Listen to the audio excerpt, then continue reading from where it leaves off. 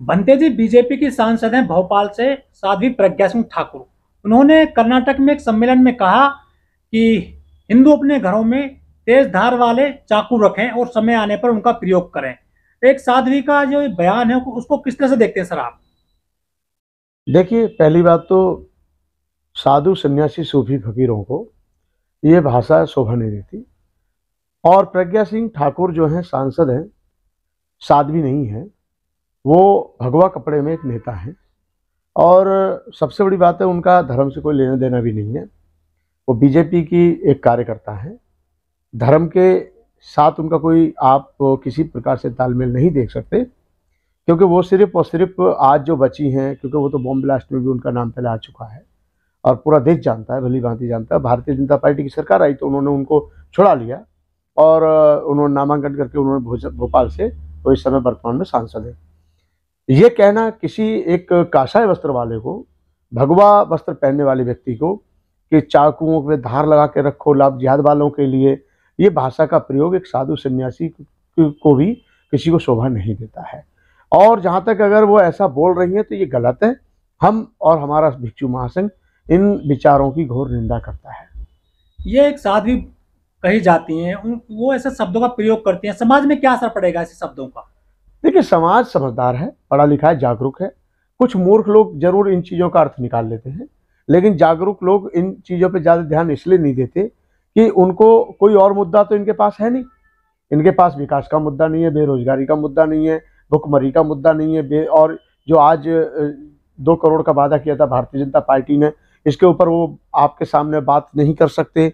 बेरोजगारी के ऊपर बात नहीं कर सकते।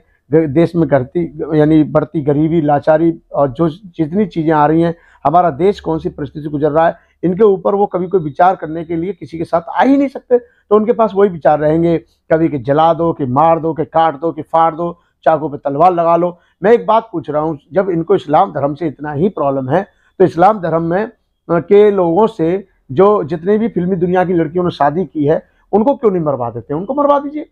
शाहनवाज हुसैन उनके क्या कहते हैं, पार्टी में मिनिस्टर हैं, बिहार सरकार में मिनिस्टर थे, सांसद हैं।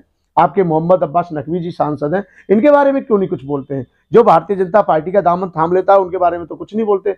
और ये आपस में कहीं ना कहीं एक हिंदू मुस्लिम करके ये जहर घोलने का काम करते हैं। ये कोई विकास का मार्ग नहीं है।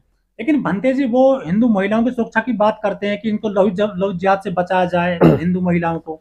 विवाह करने से, लव जिहाद करने से नहीं बचेंगी। जो पाखंडवाद में हजारों साल से बहुत सारी महिलाएं उसका शोषण का शिकार होती आ रही हैं, बाबाओं के चमत्कार के नाम पर, पाखंडवाद के नाम पे, कर्मकांड के नाम पर, उनसे मुक्त करने की बात क्यों नहीं करते? जो उनके बाबा पकड़े जाते हैं, चिन्मयानंद जैसे पकड़े जाते हैं, और भी फरार है सर चिन्मयानंद। हाँ, तो चिन्मयानंद फरार इसलिए है ना, सरकार चल रही है, सरकार चल रही है। और दूसरी बात, बहुत सारे बाबा हैं जो जेलों में पड़े, वो इन्हीं के तो बाबा हैं, किसी और के बाबा थोड़ा ही हैं। लेकिन अब अफसोस इस बात का है कि ये कौन से लव जिहाद की बात कर रही हैं, कौन से हिंदू की बात कर रही हैं? एक तरफ जब शुल्क कास्ट की महिलाओं पर अत्याचार होता है, वहां तो ये लोग बोलते नहीं है। जब दलित बेटियों के साथ बलात्कार होता है, वहां तो ये कुछ बोलते नहीं है। अभी दिल्ली में 9 साल की बेटी के साथ कांड हुआ था, जब तो इनमें से किसी को बोलता नहीं है। ये जो मुंह फाड़ करके मीडिया के सामने आ जाते हैं, ये इसलिए आ जाते हैं कि इनके पास में तार्किक कोई शब्द नहीं है जिसके ऊपर ये बात कर सके। मैं चैलेंज करता हूं पूरे देश के साधुओं से इतनी बड़ी बात पर कि भाई तुम लव जिहाद की बात कर रहे हो, चाकू निकालने की बात कर रहे हो, छुरी निकालने की बात कर रहे हो। अरे आपसे ये उम्मीद कभी नहीं थी कि भारतीय जनता पार्टी जीत करके इस प्रकार का उपद्रव फैलाएगी। आज भारतीय जनता पार्टी जीत करके आई, अहंकार में चूर है, वो जो शब्द आते हैं वो बोल देते हैं। इनके जितने भी साधु संत बोलते हैं वही भाषा बोलते हैं।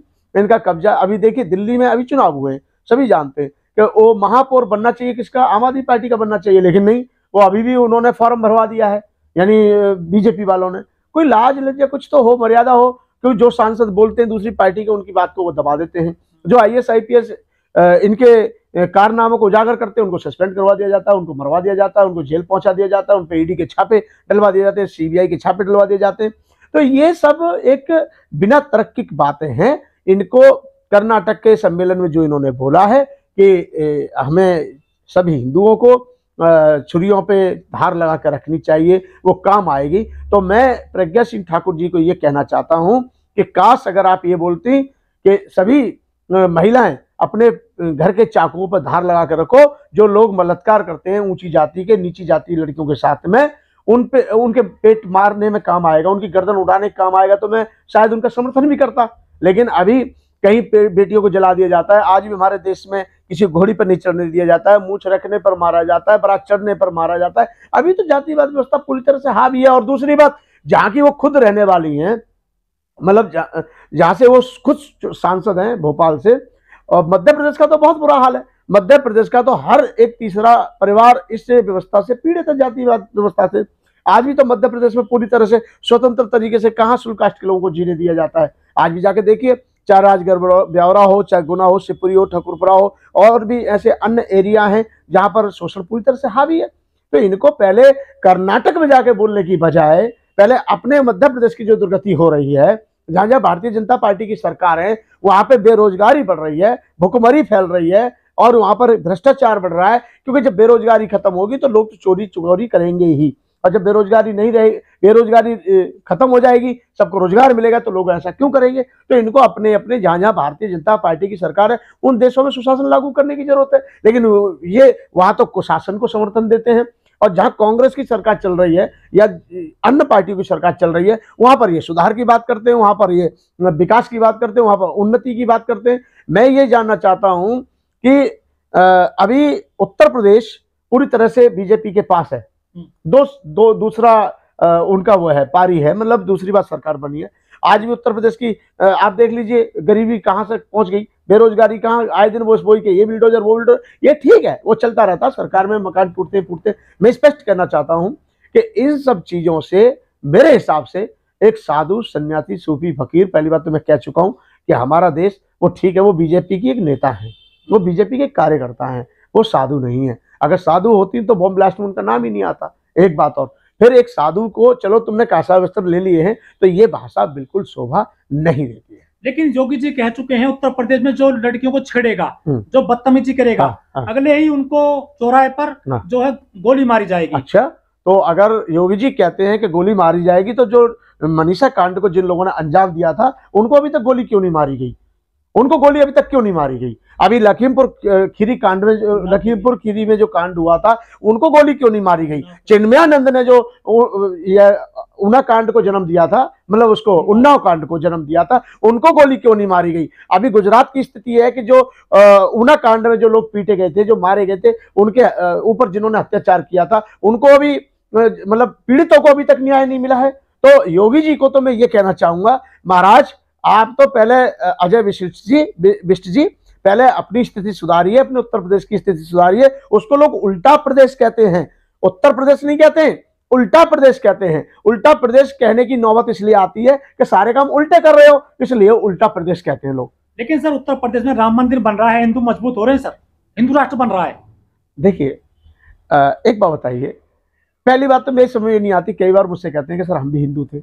मैं ये कहना चाहता हूँ कि हिंदू हिंदू ये कहते हैं, हिंदुओं की परिभाषा पहले तो कोई बताए तो सही, हिंदुओं में कौन कौन सी जातियां आती है, कितनी जातियां आती हैं, और हिंदुओं को मौलिक अधिकार कितने मिले हुए हैं, कौन कौन सी जाति के हिंदुओं को मिले हुए हैं।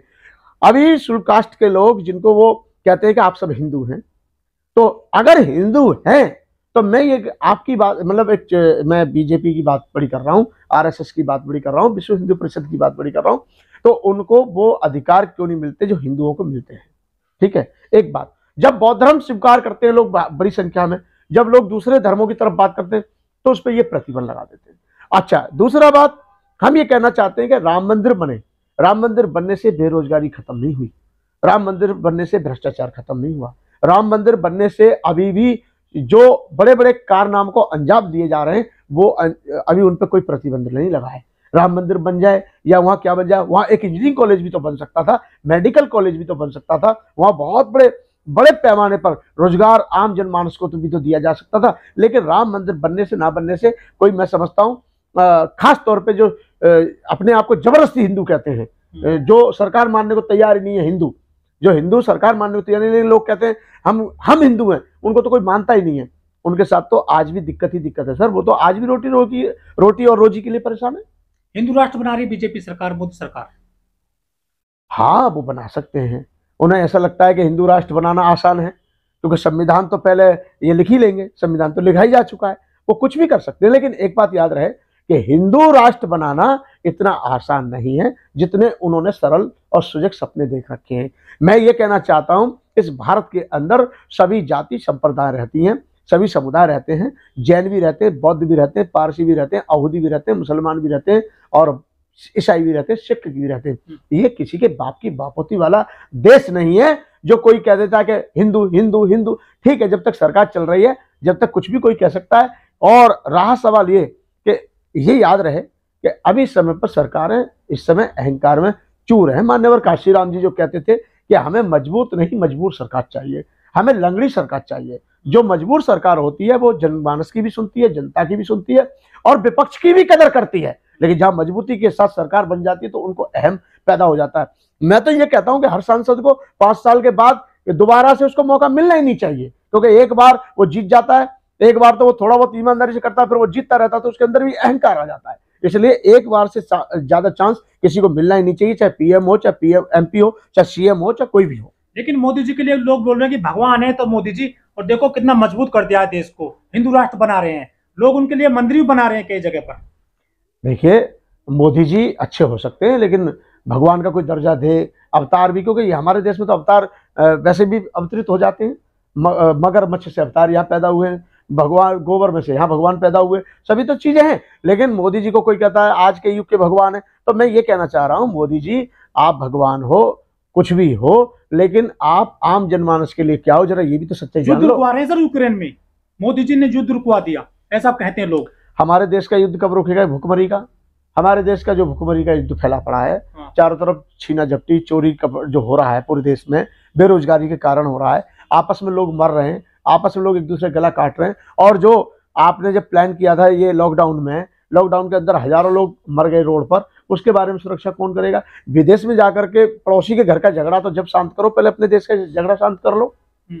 सर एक फिल्म आई है पठान, वो पठान में जो हीरोइन है दीपिका पादुकोण है, उसके हीरो है शाहरुख खान। उन्होंने जो पठान फिल्म की जो हीरोइन है, उन्होंने कपड़े पहने हुए हैं, अंतर्वस्त्र वो भगवा कलर के हैं। तो बीजेपी के नेता हैं या हिंदूवादी संगठन है, वो कह रहे हैं कि हमारा भगवा रंग इन्होंने कैसे पहन लिया फिल्म में, मुस्लिम कलाकार की फिल्म में, इससे तो हमारा अपमान हो रहा है, इसके जो है विरोध करिए इस फिल्म का। हमारे मोदी जी जब चुनाव के वक्त में किसी गुफा में जाके बैठ जाते हैं और जब बुद्ध का नाम लेते हैं और भारत में बौद्धों के साथ सौतेला व्यवहार करते थे, तो बौद्धों का भी अपमान हो रहा है।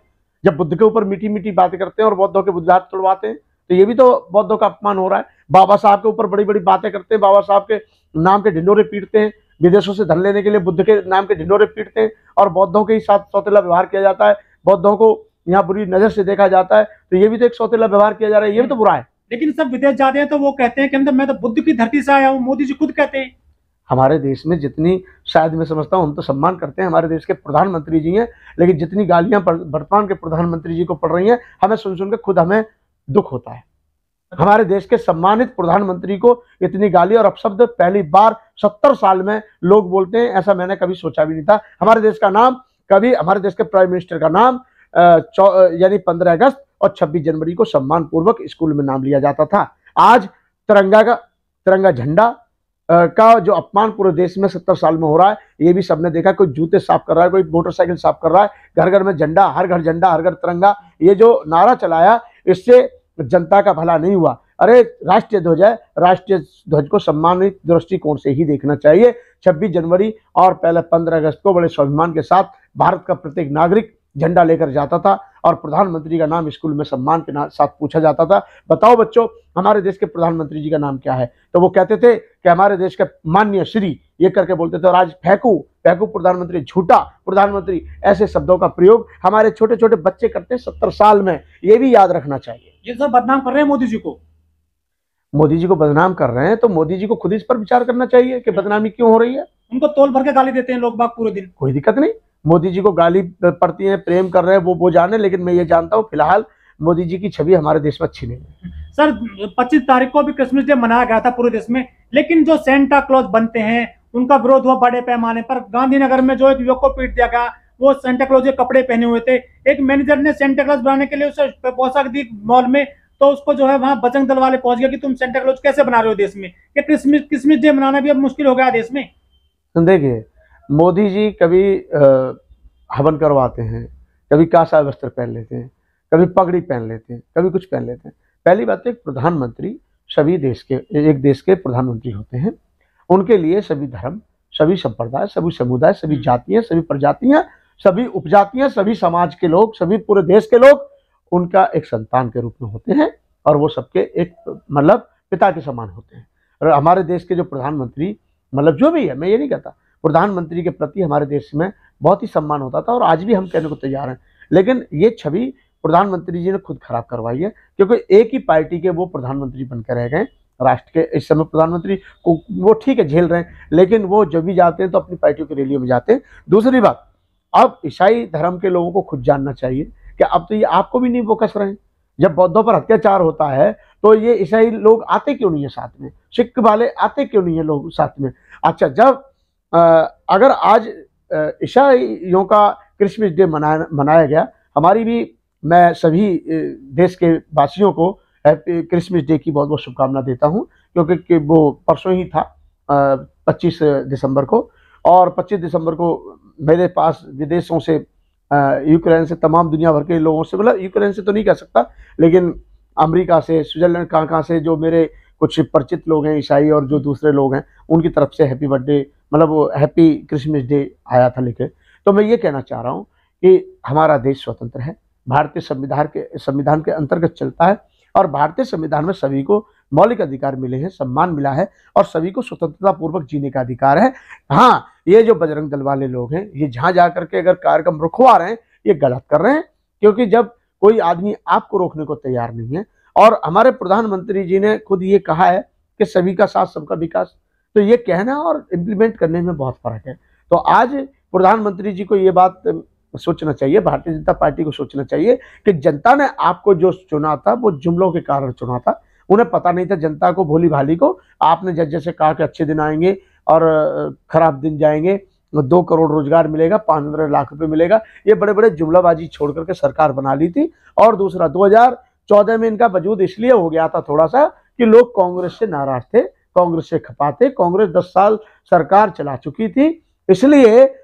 लेकिन 2019 में भारतीय जनता पार्टी का कोई अस्तित्व नहीं है। और अगर इन्होंने विकास किया है तो फिर ढिंडोरा पीटने की इनको जरूरत ही नहीं है। काहे को हजारों करोड़ रुपया बर्बाद करते हैं प्रचार पर कि मोदी जी ने ये किया, मोदी जी ने वो किया, फिर जबरदस्ती ईडी डलवा करके कि ये कर रहे हैं, वो कर रहे हैं। ये सब जरूरत नहीं। विकास किया है तो हमारे देश में सब कुछ अच्छा होना चाहिए। लेकिन आज पूरे देश में क्या भुखमरी फैल रही है, पूरा देश जानता है, छुपा हुआ नहीं रह गया है। तो आखिर विकास नहीं हुआ, देश का विनाश हुआ है।